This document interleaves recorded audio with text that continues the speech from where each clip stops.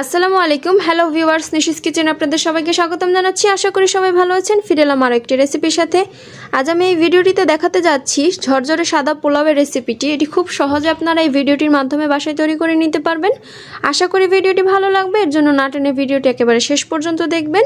এই ভিডিওটির মাধ্যমে খুব সহজে আপনারা এটি বাসায় তৈরি করে নিতে পারবেন এবং পোলাওগুলো অনেক ঝরঝরে হবে। নিয়মিত ভিডিও পেতে চ্যানেলটি সাবস্ক্রাইব করুন এবং পাশে থাকা বেল আইকনটি প্রেস করুন আমার দেওয়া ভিডিওগুলো সবার আগে পাওয়ার জন্য। এখন পর্যন্ত যারা চ্যানেলটি সাবস্ক্রাইব করেছেন এবং নিয়মিত ফলো করেন তাদেরকে অসংখ্য ধন্যবাদ। এখানে আমি একটি হাঁড়ি নিয়ে নিয়েছি, দিয়ে দিচ্ছি কিছুটা তেল। এখানে আমি তেল দিয়ে নিলাম, 1 কাপ পরিমাণে তেল দিয়ে নিয়েছি। এবার এতে দিয়ে দিচ্ছি কেটে রাখা 1 বাটি পেঁয়াজ। এখানে আমি 1 কেজি পরিমাপের পোলাও তৈরি করে দেখাবো। পেঁয়াজটা একটু ভেজে নিব। পেঁয়াজটা হালকা একটু ভেজে নেওয়ার পরে এতে আমি প্রয়োজনীয় মশলাগুলো দিয়ে দিব। প্রথমে দিয়ে দিচ্ছি 2টি তেজপাতা, এটি আগে থেকে পরিষ্কার করে নিয়েছি। এবার দিয়ে দিচ্ছি গরম মশলা, এতে এলাচ, লবঙ্গ, স্টার মশলা এবং দারচিনি রয়েছে। এগুলো ভালো করে একটু ভেজে নিলাম। এটা কিছুক্ষণ ভেজে নেওয়ার পরে দিয়ে দিচ্ছি হালকা একটু পানি, দিয়ে দিচ্ছি 2 টেবিল চামচ লবণ, দিয়ে দিচ্ছি 2 টেবিল চামচ আদা রসুন বাটা। এখানে আমি 2 টেবিল চামচ আদা রসুন বাটা দিয়ে দিয়েছি।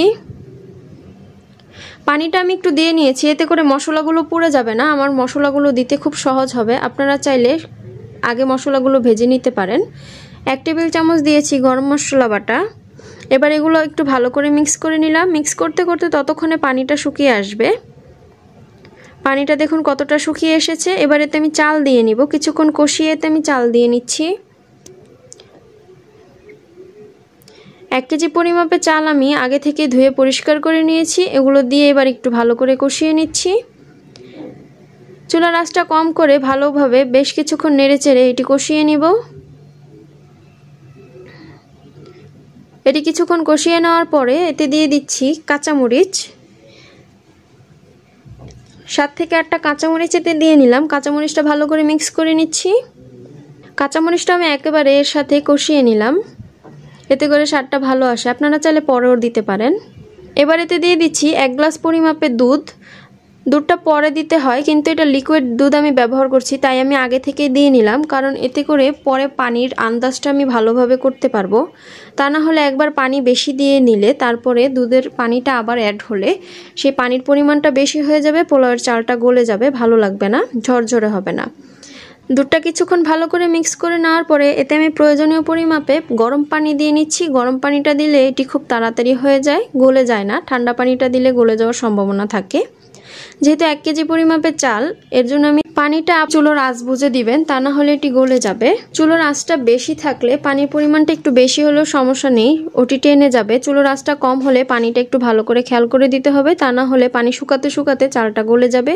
এতে আমি 4 গ্লাস পরিমাপে পানি দিয়ে নিয়েছি। এটি ঢাকনা দিয়ে কিছুক্ষণ রান্না করে নিয়েছি। এবার খুলে কিছুক্ষণ নেড়ে দিব যাতে করে পুড়ে না যায়।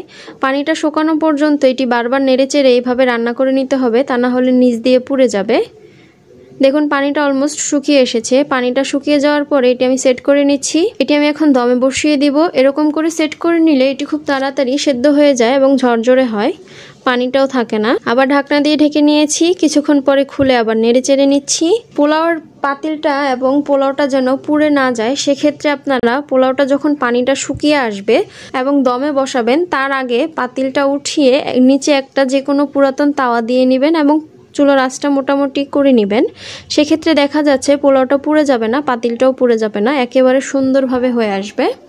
এটা আমি আরেকটু নেড়ে চেড়ে নিচ্ছি। এভাবে করে ঢাকনা দিয়ে ঢেকে আমি কয়েকবার নেড়ে চেড়ে এটি রান্না করে নিব যতক্ষণ না সেদ্ধ হয়ে যায়। দেখুন আমার পোলাওটা কতটা সুন্দর হয়ে এসেছে। এবারে পোলাওটা তৈরি হয়ে এসেছে। এবার এর উপর দিয়ে দিচ্ছি ঘি।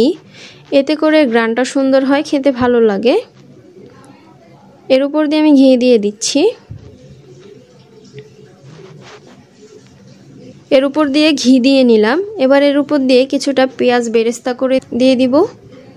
পেঁয়াজটা আমি আগে থেকে বেরেস্তা করে রেখেছি, ওগুলো দিয়ে দিচ্ছি। এতে করে দেখতে অনেকটা সুন্দর লাগে, খেতেও ভালো লাগে। পেঁয়াজ বেরেস্তাটা আমি দিয়ে নিলাম। দেখুন দেখতে কতটা ভালো লাগছে। আমার আজকের রেসিপিটি তৈরি হয়ে গেছে, আশা করি ভালো লেগেছে।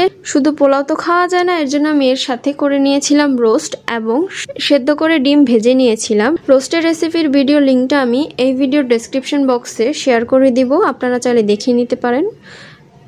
তৈরি হয়ে গেছে আমার আজকের রেসিপি। আশা করি ভিডিওটি ভালো লেগেছে। ভিডিওটি ভালো লাগলে ভিডিওটি বন্ধুদের সাথে শেয়ার করবেন, আমার চ্যানেলটি সাবস্ক্রাইব করবেন, ভিডিওটিতে একটা লাইক দিবেন। নিয়মিত ফলো করার জন্য, পাশে থাকার জন্য, শেষ পর্যন্ত দেখার জন্য সবাইকে অসংখ্য ধন্যবাদ। আল্লাহ হাফেজ।